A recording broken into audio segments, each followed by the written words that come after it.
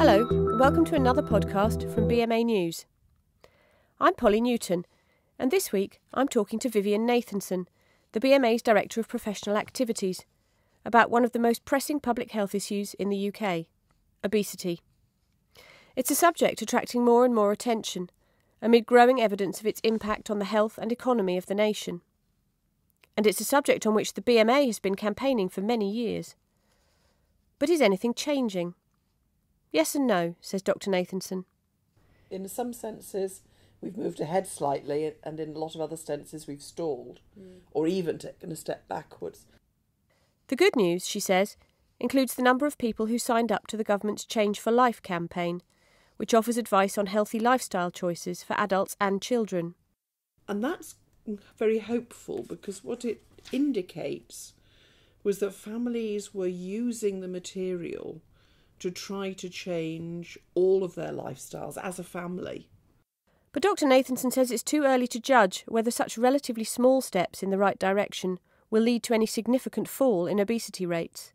One of the things that causes the problem with governments of any sort is that they're not really interested in looking at long-term things. What they want is fast solutions that happen now and that preferably that cost them nothing. And then there is the matter of regulation, or lack of it.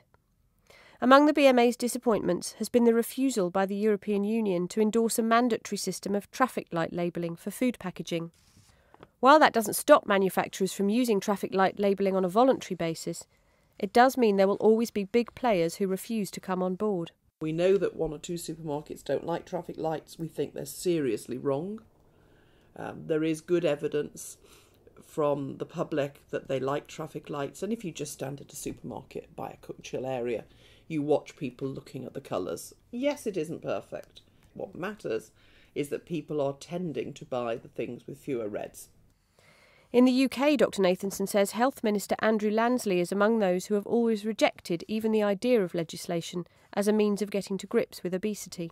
I think he's missing a trick. I think there are certain areas where regulation and legislation is needed. I think there are even more areas where the threat of it is needed.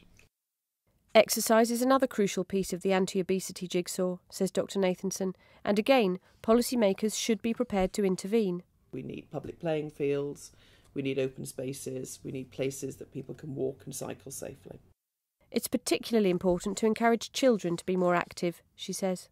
What we really are trying to do, of course, is to get to a situation where young people think of exercise as the norm, not as a nuisance, something that you just do during a particular class at school or whatever. And I personally think that one of the things that schools need to try to develop is an idea that any sport is good as long as it's got some physical exercise element within it, and as long as it's something that the child enjoys. Being good at sport is completely irrelevant. Dr. Nathanson says it's vital that the government listens to expert voices within public health, but she acknowledges that the omens are not good. One of the things that we've seen, it seems to me, sadly, in public health, is that every recent reorganisation has led to a diminishing of the recognition of the importance of the specialty, which is just, it's so wrong, it's difficult to find a polite way of saying it. Overall, it's impossible to overstate the importance of tackling the problem of obesity, says Dr. Nathanson. The fact is that obesity is linked to dozens of different diseases, not just the sort of heart disease, stroke and so on, but cancers and many other things, infertility. I mean, you name it and there's a link. So it's costing a lot of money, it's costing a lot of human suffering. And it's preventable. It's close to 100% preventable.